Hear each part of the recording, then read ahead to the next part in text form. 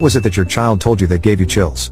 1. When my son was 4, I became pregnant for a second time. I had just discovered a terrible secret about my husband was terrified about bringing another child into the family. I had no real plan on how to resolve my situation, so I hid the pregnancy for 4 months. Very sadly, perhaps due to stress, I miscarried. During the time that I was pregnant, I had many quiet conversations with the baby. Convinced it was a boy, I called him Luke. Fast forward several months, and my son has a new best friend. He met him in the park and they had many of the same interests and even looked alike. The only problem was this friend was an invisible friend, named Luke, who, according to my son, just wants to be his brother. Gives me chills just remembering it. 2. The day my daughter told me she'd been abused by a family friend. She was 10. I grabbed her and hugged her as tight as I could and we both just sat and cried for a few minutes. I told her how much I loved her and how brave she was for telling me, and I would make sure that would never happen again, ever, as long as I was alive. She wiped her eyes, told me she loved me too, and went out to play.